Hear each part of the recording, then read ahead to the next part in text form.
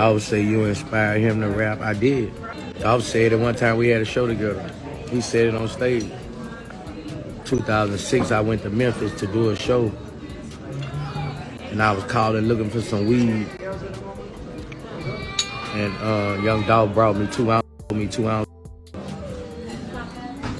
He pulled up on me. I was in a Bentley coupe, all black with rims on it. He said after he sold me that weed, he said, man, I got that from rapping. I'm finna rap. That was 2006. I inspired a lot of don't like to give me my flower. You gotta be a real nigga to give me my flower.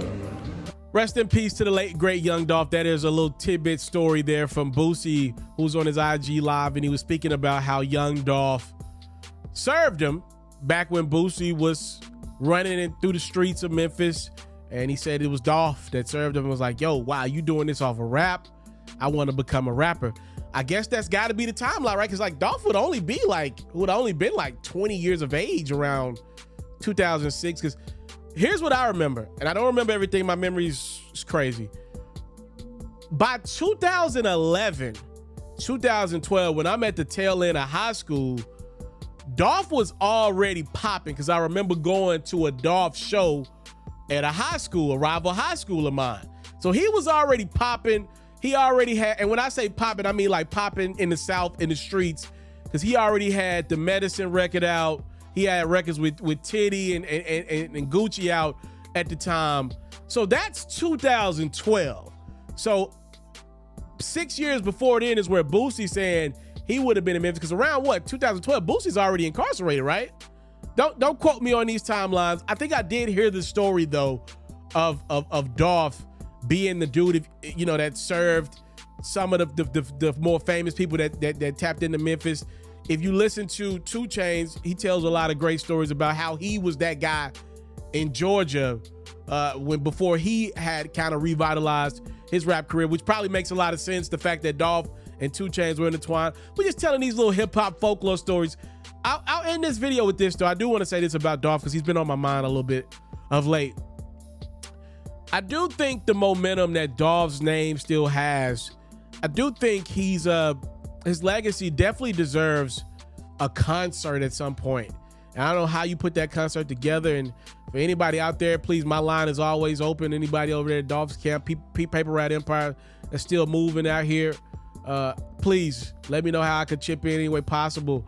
I do think we're closing in on a spot here where some type of Dolph show should be done. And obviously, I don't want to step on any toes with me and the kids. I'm just saying, I think whenever the time is right, I do think there's enough momentum where, I don't know if you do it in Memphis or if you do one in Memphis, in Atlanta, I do think that fandom is yearning for a night or two to celebrate Dolph's music. Like he's got classic street records. He's got some classic mainstream records. His legacy just keeps getting bigger and bigger.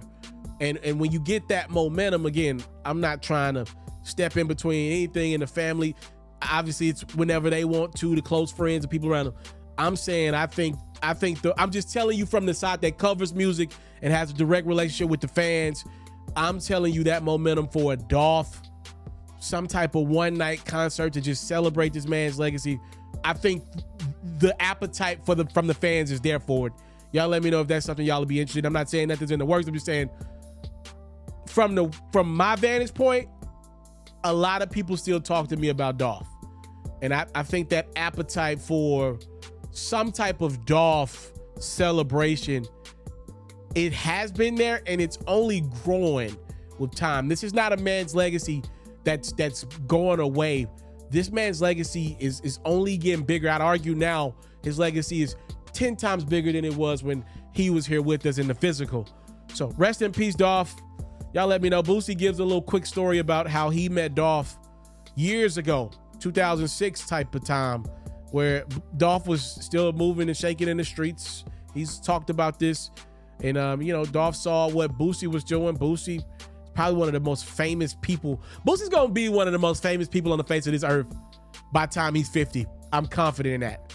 So, he's seeing Boosie, a young street rapper, talking that talk, very popular in the Tennessee area.